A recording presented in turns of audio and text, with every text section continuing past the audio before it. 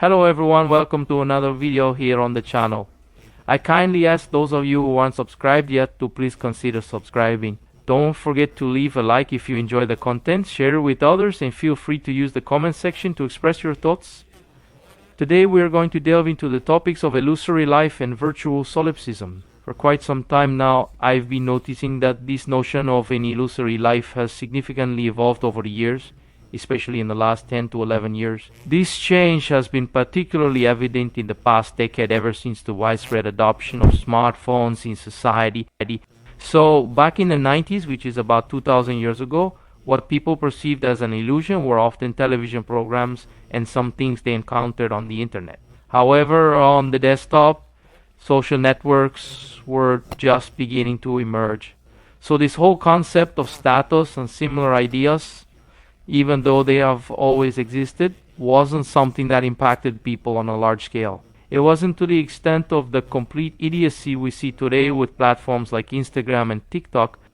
Today, I'll start discussing TikTok more in my videos, as I made a video on it weeks back and admitted to underestimating its power. It's indeed powerful.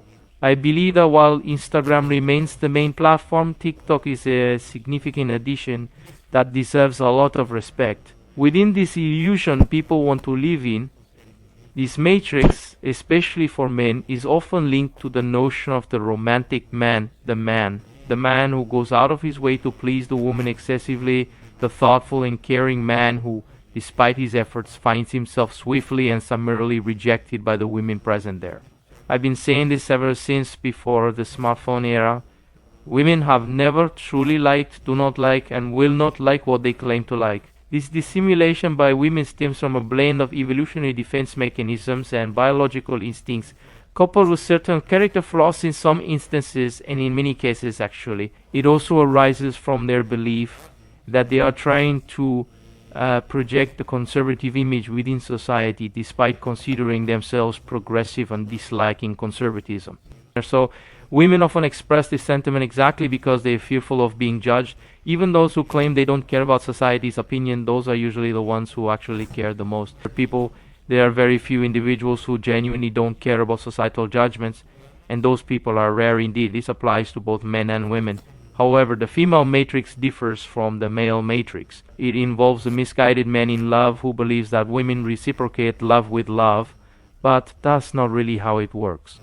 Women often feel deeply connected to the mystery and indifference shown by men, with beauty being a major highlight for them. However, the female matrix involves leading a life that society will commend her for. She desires to be highly acknowledged not just by her female peers, but also by other men in order to receive continuous validation of her ego. She seeks to always have likes, to maintain visibility, and to have people engaging with her, giving compliments and talking to her. And this has turned into something quite unhealthy. This is because the solipsism factor starts to come into play. Solipsism is essentially nothing more than, I don't really like to use the term strand, but I think it's helpful for explanatory purposes. It would be like this, a philosophical strand where the individual focuses solely on the self, only on their own actions and their empirical personal experiences. So it's those actions and empirical personal experiences of that individual that together make up their perception of the world. It's simply that in the 20s, as I mentioned, you've already experienced since the 10s the presence of a virtual character. So it's if there's the everyday woman living her normal life, and then within the social media realm, like the cameras on Instagram, in the stories on TikTok, there's this entirely different persona. It's almost as if it could be transferred into The Sims, to give a more nostalgic example. And the woman, it's quite amusing that some of these renowned women frequently go on to... I've witnessed numerous instances of this where women within that realm of 15-second stories display a high level of communication skills. It's even akin to megalomania at times, but these are individuals who seem to possess good diction and discuss various topics. However, everything is fragmented, heavily edited. They struggle to maintain a coherent thought without the aid of editing. It's filled with pre-packaged jargon that captivates those women who follow them, particularly the followers of bloggers. These women appear on these podcasts, or perhaps they are interviewed on some regional program, or they feature on a YouTube channel, you can observe that they seem somewhat disconcerted, a bit unable to advance with logical thinking. Their eloquence starts to falter at that point, and their diction also suffers. As a result, the phonetics don't come out quite right either. In the comments section, you often see remarks like, "Man, that was a poor talk," or "I don't know what happened, it amounted to nothing." It's because, in fact, when we're discussing a virtual environment, no matter how much we're talking about it, we're simulating an unreal life becomes much easier, like on Instagram, and also extending it to a virtual space like YouTube. It's one thing to juggle elements on your own YouTube channel where you can create a character, but when you appear on someone else's channel, for instance, during an interview or on a podcast, you often end up being unmasked and revealed. So many pseudo-intellectuals, these women who want to discuss everything, these progressives, they often go head-to-head with some of them. Sometimes they don't even directly confront the interlocutor who seems so intellectual, but they end up falling for certain tricks, some rhetorical techniques, IPNL and so forth, which can unmask the person there, whether it's a guy or a girl. This reveals that this virtual world is a farce, a decoy, a mere simulacrum. Many people are falling for when they are confronted by more intelligent peers. So keep an eye on this virtual solipsism. Miguel from Attitude Alpha has already described this very well. He uses this term a lot to explain the sexual market value, the VSM, which some women inflate with a reality that doesn't exist there through angles, effects, etc. This leads many men and even other women to admire these women, celebrated for their beauty or blogging and so on. They possess an image that doesn't really belong to them, you know what I mean? So there's a much larger projection than what truly exists. I created a video at the start of the channel discussing why women are inflated, and you can take a look at it later. However, today it's a shorter video, so to wrap things up, I also want to leave you with a message at the end. Please keep an eye on this, okay? This virtual solipsism, this constant me attitude that people are always mentioning on Instagram, in the way they perceive the world, all of it, not only the economic structure, but also women's lack of awareness of the reality of Brazil. In this complete certainty that there is Prince Charming and Christian Grey for everyone, in additionally of several complete absences from the world they inhabit and experience daily. So that's why Instagram is becoming increasingly absurd, and many people are realizing this.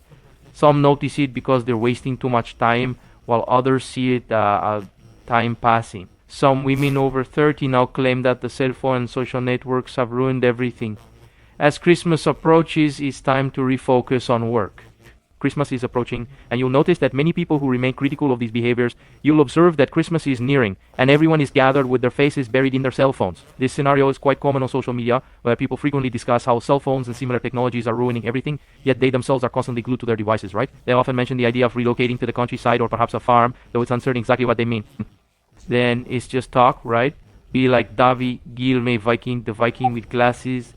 Those guys, you know, Big Uncle Miguel, these guys, they showed society the finger and decided to live in ghost mode, right? But do you truly think that these girls who thrive on the validation of their ego and history are going to do that, right? On Instagram, they claim they'd love to live in a medieval castle in some Central European country or Eastern Europe and so on.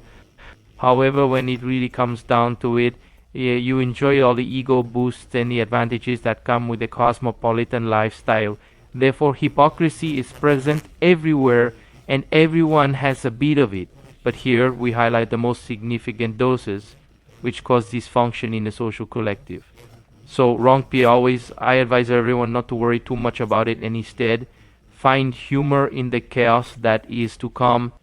There are many new developments on the horizon, including several topics that will be thoroughly discussed, such as the metaverse and other related subjects. There are many intriguing aspects for us to observe in society. Those who are detached and realize things have deteriorated without longing for a conservative return won't necessarily be extremely happy, but they'll be less frustrated than most. Quick note, next week we'll finally bring you 3 videos I've been promising for a while. On Monday you can expect the release of the highly anticipated video about male beauty, something many have been looking forward to for quite a while. Then on Wednesday I'll be sharing a truly astonishing story that left me utterly shocked when I first encountered it. It's about a man who earns an incredible 3 million reais each month. I was fortunate enough to have a conversation with him, and during our discussion he revealed some things that were genuinely horrifying. I mentioned previously that I would share this story, and now I'm excited to finally bring it to you on Wednesday. And on Friday there will also be the long-awaited video about the boomer generation, the worst generation in history, and how they destroyed not only the Brazilian economy, which I am going to focus on, but also the world economy, which ended up screwing generation Y and Z, who today have everything inflated and it's almost impossible to build anything. So there will be 3 videos. Alright, man, the story of the super millionaire, which will also shock you. And the boomers analysis. Okay, next week then. Big hug. Have a great weekend, and may December 2021 be good for us. Big hug to all.